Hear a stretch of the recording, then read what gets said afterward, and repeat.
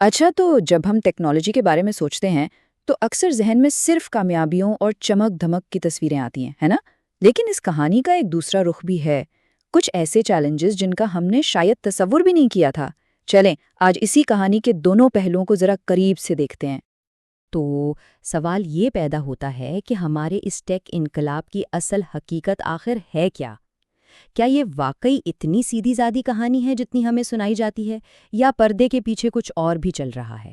آئیے مل کر اس کی کھوج لگاتے ہیں۔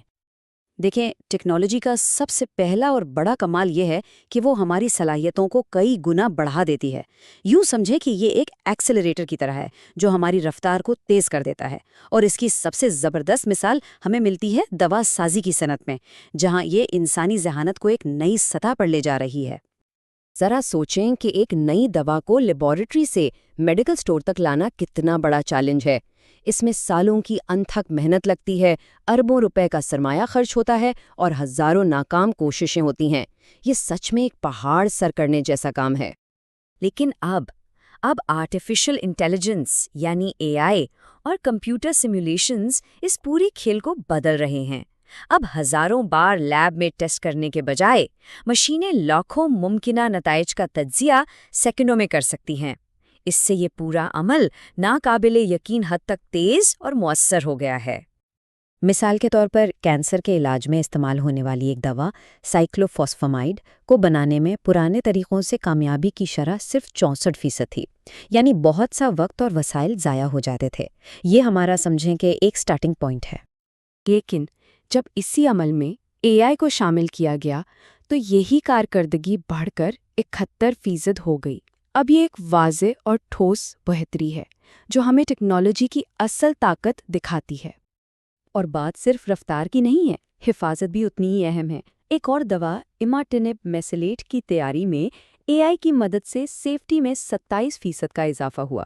مطلب دوائیں نہ صرف جلدی بن رہی ہیں بلکہ پہلے سے زیادہ محفوظ بھی ہو رہی ہیں۔ اچھا، لیکن تب کیا ہوتا ہے جب ٹیکنالوجی کسی نظام کو صرف بہتر نہ کرے بلکہ اسے جڑ سے اکھاڑ کر پوری طرح بدل دے؟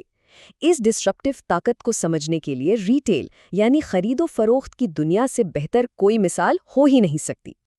آج بھی بازاروں اور دکانوں کا ہی راج ہے جو مارکیٹ کا 70% حصہ ہیں، لیکن آن لائن دنیا یعنی ای کامرس بہت تیزی سے اپنی جگہ بنا رہی ہے اور اب 30% مارکیٹ پر قابض ہو چکی ہے۔ یہ صرف ایک عدد نہیں، یہ ایک انقلاب کی شروعات ہے۔ اور مزے کی بات یہ ہے کہ صارفین کی ترجیحات تو مارکیٹ سے بھی 2 قدم آگے ہیں۔ ایک سروے کے مطابق 55% لوگ اب آن لائن خریداری کو ترجیح دیتے ہیں۔ مطلب یہ کہ تبدیلی کی لہر مارکیٹ سے نہیں بلکہ ہم خریداروں کی سوچ سے اٹھ رہی ہے۔ اس تبدیلی کی ایک بڑی وجہ لاگت بھی ہے۔ ایک آن لائن کاروبار کے لیے نیا گاہک لانا اوسطاً $40 میں پڑتا ہے، جبکہ روایتی دکاندار کو اسی کام کے لیے $60 خرچ کرنے پڑتے ہیں۔ یہی $20 کا فرق مقابلے میں جیت اور ہار کا فیصلہ کر رہا ہے۔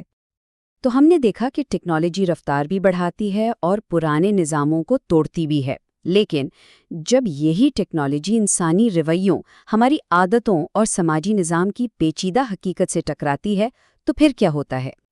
اس کی ایک بہترین مثال الیکٹرانک ہیلتھ ریکارڈز ہیں، یعنی مریضوں کا سارا میڈیکل ڈیٹا ڈیجیٹل کرنا۔ کاغذ پر تو یہ ایک انقلابی آئیڈیا تھا جس سے علاج میں بہتری آنی تھی، لیکن انسانی رویوں اور نظام کی پیچیدگیوں کی وجہ سے اس کے فوائد توقعات سے بہت کم رہے۔ اس سے یہ پتہ چلتا ہے کہ صرف ٹیکنالوجی کا ہونا ہی کافی نہیں ہوتا۔ اور یہ چیلنج اب صرف ہسپتالوں یا اداروں تک محدود نہیں رہا، بلکہ یہ ہمارے ذہنوں تک پہنچ گیا ہے۔ آن لائن غلط معلومات اور جعلی خبروں کا جو سیلاب ہے وہ اس کی سب سے بڑی مثال ہے۔ یہ براہ راست ہماری سوچنے اور سچ کو پرکھنے کی صلاحیت کو چیلنج کرتا ہے۔ تو اس نئے معلوماتی ماحول میں کامیاب رہنے کے لیے جو سب سے ضروری صلاحیت ہے اسے کہتے ہیں تنقیدی سوچ، یعنی کسی بھی بات کو آنکھیں بند کر کے مان لینے کے بجائے اس کی سچائی، اس کے دلائل اور اس کی معتبریت کو پرکھنے کی صلاحیت۔